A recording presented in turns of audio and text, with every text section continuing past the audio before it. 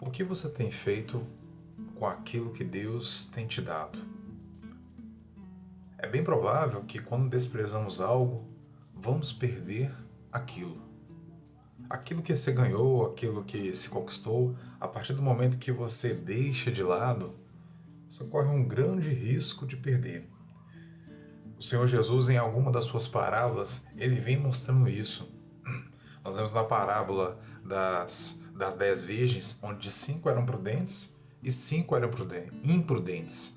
As 5 prudentes deixaram estocados seus azeites, e as imprudentes não. Quando o noivo chegou, fechou-se a porta, as 5 prudentes entraram e as cinco imprudentes, elas não entraram.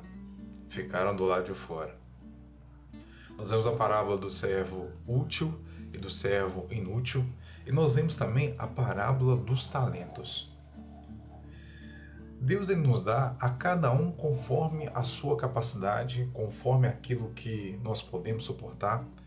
Tanto é que não vem provação sobre as nossas vidas além daquela que possamos suportar. Antes, o Senhor também ele dá o escape, ou seja, Deus ele é misericordioso e não pede algo além daquilo que podemos suportar. E quando aquilo que recebemos de Deus nós enxergamos como pequeno ou menosprezamos? Porque hoje em dia nós estamos nas redes sociais e nós vemos os talentos de muitas pessoas, ficamos maravilhados, ficamos fascinados e muitas das vezes desprezamos aquilo que Deus nos deu. Quando nós vamos para Mateus capítulo 25, verso 1, diz o seguinte: olha, a um deu 5 talentos, a outro deu 2 e a outro deu 1, de acordo com a capacidade de cada um. Em seguida, partiu de viagem. O Senhor, ele deu os talentos. Um talento naquela época era o equivalente a 20 anos de trabalho de salário mínimo, trazendo para os nossos dias atuais. Então, um talento é equivalente a um dia de trabalho e equivalente a 20 anos de trabalho, para você ter ideia. Então, um talento é um dia de trabalho. Quando somado isso, 20 anos. Pense na quantidade.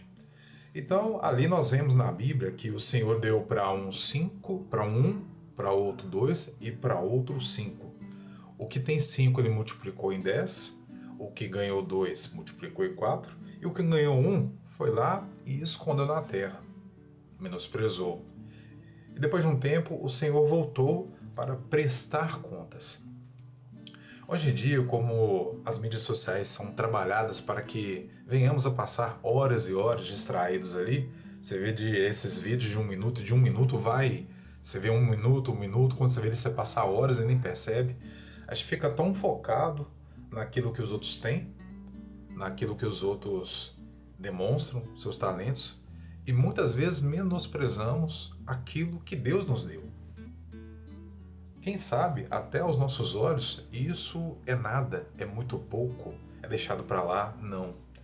Nada do que Deus nos dá, Ele dá sem motivo algum.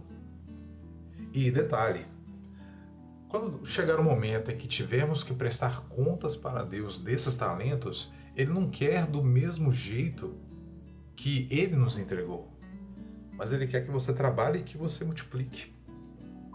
Ficamos tão fascinados com aquilo que os outros nos dão que esquecemos de desenvolver aquilo que Deus nos deu. E aí eu te pergunto, o que Deus te deu? Será que você tem facilidade para se comunicar? Será que você tem o talento para ajudar as pessoas? Será que você tem o talento de ensinar? Qual o talento que você tem? Será que você tem o talento de ajudar pessoas que estão passando dificuldade, de ajudar pessoas enlutadas? As áreas são as mais diversas. Eu não sei qual o talento que Deus te deu. Mas independente de qual seja, essa mensagem aqui ela é voltada para que você olhe para aquilo que Deus te deu e que você comece a investir. Porque quando tivermos que prestar contas para com Deus, Ele não vai te perguntar sobre o talento do outro, ou se você tentou desenvolver o talento que Deus deu para outra pessoa em você. Não, Deus ele dá para cada um conforme a sua capacidade. Então, quando tivermos que prestar contas, ele não vai perguntar se você desenvolveu o talento do outro. Ele vai perguntar se você desenvolveu o talento que eu te dei. Lembrando que um talento aqui é equivalente a 20 anos de trabalho. 20 anos de trabalho. E o que aconteceu?